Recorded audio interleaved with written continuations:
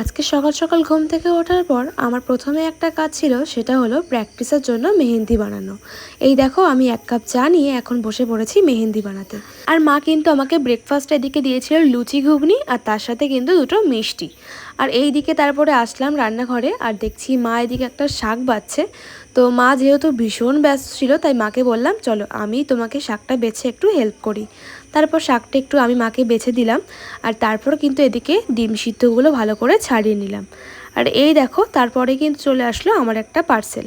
তো এটা আমার পার্সেল না, এটা ছিল দিদির একটা পার্সেল, যেটা কিন্তু ছিল কাচের 2টো বোতল, আর যেটা কিন্তু ভীষণ ভালো এসছে। তোমরা কিন্তু চাইলে অবশ্যই নিতে পারো, আমাকে একবার কমেন্ট করো, আমি তোমাদেরকে লিঙ্কটা দিয়ে দেবো। আর তারপরে দেখছি এদিকে রান্নাঘরে মা তো রান্নাবান্না করতে একদম ব্যস্ত। আর তারপর আসলাম একটু আমাদের জামরুল তলাতে। আর এসে তো দেখছি গাছে প্রচুর জামরুল হয়েছে, দেখতেই পারছো।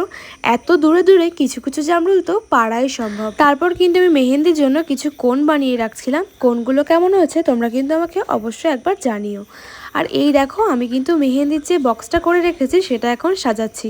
এই বক্সটা সাজাতে আমার কিন্তু ভীষণ ভালো লাগে। আর এরপর শুরু করলাম আবার প্র্যাকটিসের কাজ। আসলে এর পরদিনই ছিল আমার মেহেন্দি ক্লাস, যার জন্য কিন্তু আমার প্রচুর প্র্যাকটিস করতে হচ্ছে, কারণ একদিনের মধ্যে আমার সব প্র্যাকটিসগুলো কমপ্লিট করতে হবে। আর এই ফ্লাওয়ারগুলো কেমন হয়েছে তোমরা কিন্তু অবশ্যই আমাকে জানিও।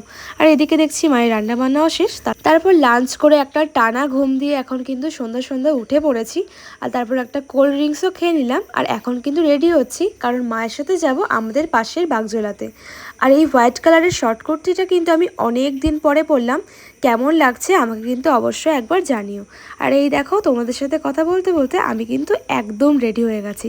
মায়ের সাথে কি কাজে যাচ্ছি সেটা তো তোমাদেরকে অবশ্যই জানাবো। আর আমি কিন্তু একদম ফুল রেডি হয়ে গেছি। আর এই দেখো আমরা বেরিয়েও পড়েছি। তো চলে এসেছি আমরা বাগজোলাতে। আমরা এসেছি একটা জুয়েলারি শপে। এখানে আসার মেন কারণ ছিল কিছু নোজপিন নেওয়ার জন্য। তারপরে মা এখানে নোজপিনগুলো দেখে নিচ্ছিল। আর এই নোজপিনটা আমি দেখছিলাম আর কি। আর নোজপিনগুলো কিন্তু খুবই সুন্দর ছিল। আর এই ইয়াররিংটা আমার আর মায়ের ভীষণ পছন্দ হয়, বাট শেষে দেখা গেল এটার ওয়েটটা কিন্তু ভীষণ কম। তো চলো আজ তাহলে আসি, তোমাদের সাথে দেখা হচ্ছে নেক্সট ব্লগে।